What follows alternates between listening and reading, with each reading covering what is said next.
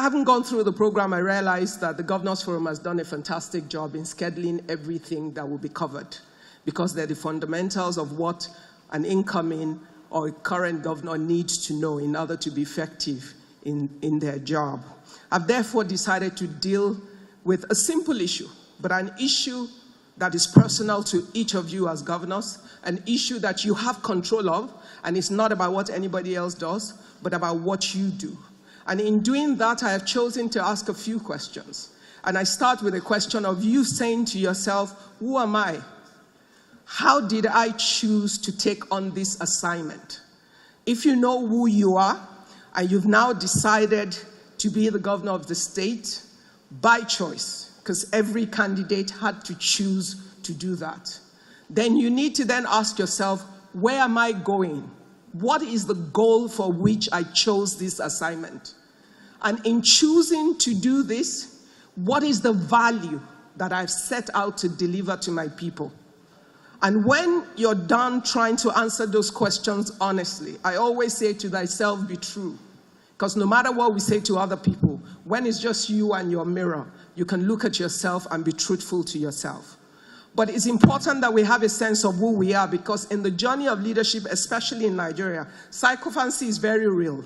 The pressure of your society, of people around you, can change the fundamentals of who you are if you do not continue to remind yourself of who you are or why you took the job in the first place. And soon enough, you become something else other than who you were when you got started. So it's important for you to actually write it down, stick it up around yourself, and remind yourself often, this is who I am.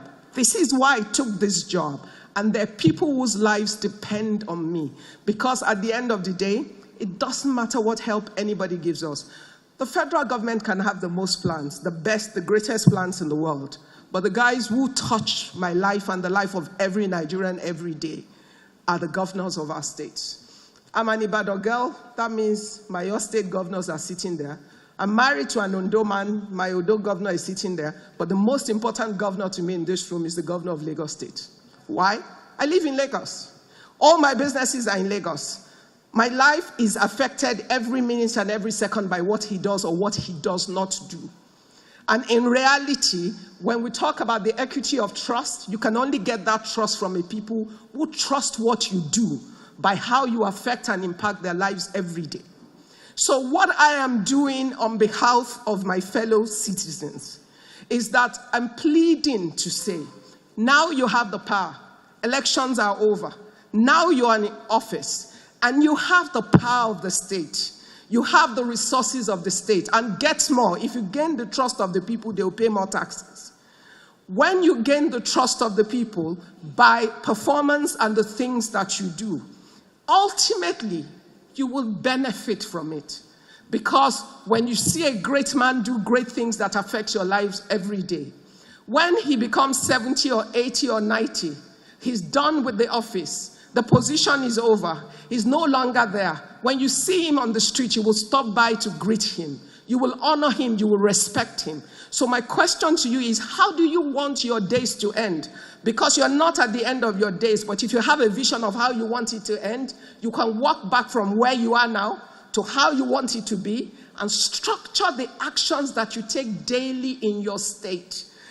Think of every action and how it will affect the lives of those people that don't necessarily have a voice. They have a vote, but they don't necessarily have a voice. And when you see children that are hungry, if they are from your state, you have failed them in some way. Yet, you have the machinery and the capacity to help them. When you see people die from simple medical situations that they need not to, it means that as a state we have failed. But we have the capacity to help and to make things different. Now, you're not going to be able to solve all the problems. That's important. But the integrity of the heart of the leaders and your commitment to truly change the lives of your people is what will bring for you all the help that you need. Because when a man sets out to do the right thing and he shows good faith, every kind of help will come from everywhere. People will do things for you without being taking a dime because they can see your commitment and the integrity of your heart. And therefore, for a nation to truly be great, the integrity of every man that is sitting at this table as a governor or a governor-elect is critical to our nation building. You need to own your own vision for your life. You need to decide what you want your legacy to be. And you have the opportunity from this moment to build that legacy by the things you do every day. There will be people that will seek to derail you. But by being confident of who you are and making the decision that I will live true to how I was brought up, to my values, to what is right for my country, to what is right for my people, that I want to be able to walk freely amongst my people, even when I'm done and I'm old and tired. When you think with that determination, your actions will change things for people. You might not do everything. You will not do everything. Just choose roads, choose education, choose health. Make your contract clear with your state. Let them know how resources cannot cover all of this. These are the only things I will do in the next 4 years, and deliver on those things. Once you're clear and your people understand, they will stand by you and defend you in the day of trouble. And at the end of the day, you will get much more than any money that anybody can pay you. Let me just share a few little things as I finish. Something that Gandhi said, but that has impacted me very much. In this position, it's generally assumed there's opportunity for wealth.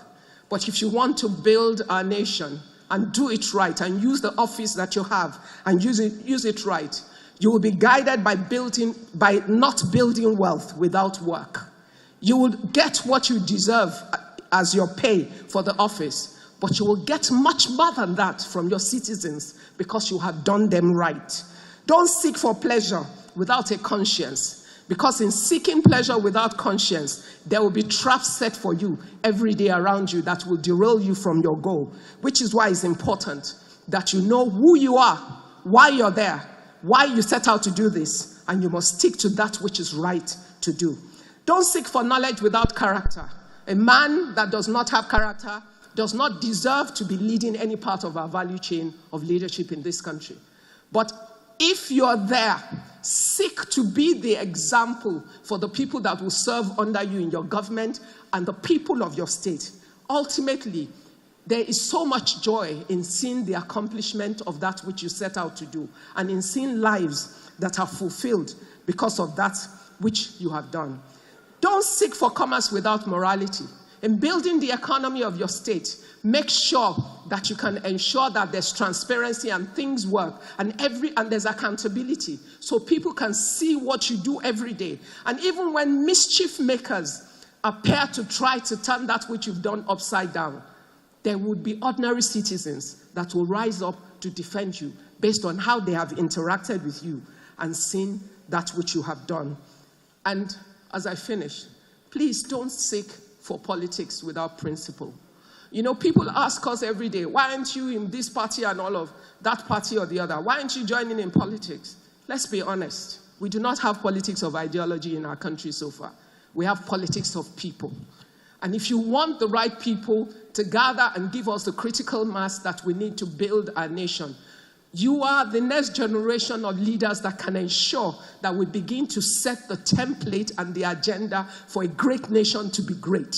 It hurts me. It breaks my heart every time you're talking to people outside of this country and they open their mouth and talk about this nation that you know that within it is everything that it needs. We have all the human minds that we need to build a great nation. God has worked abundantly with resources. Some of your states are richer than others, but guess what? It's not even so much about how rich you are. It's how well you apply the resources that you have sincerely to the needs of your people. Even as you do that, ordinary citizens will help you to think through. You don't have all the answers, but you have humans around you that can support you. And they don't have to come from your state. We all need Nigeria to work. It doesn't matter what state. For me to drive from Lagos to Ondo, I'm going to come across how many states. So I need every part of Nigeria to work. To fly to Abuja today, assuming I was driving, imagine how many states of Nigeria I will pass through to get here. Every state counts to every Nigerian. And it doesn't matter where we come from. If you need help, look for the Nigerian that can help you.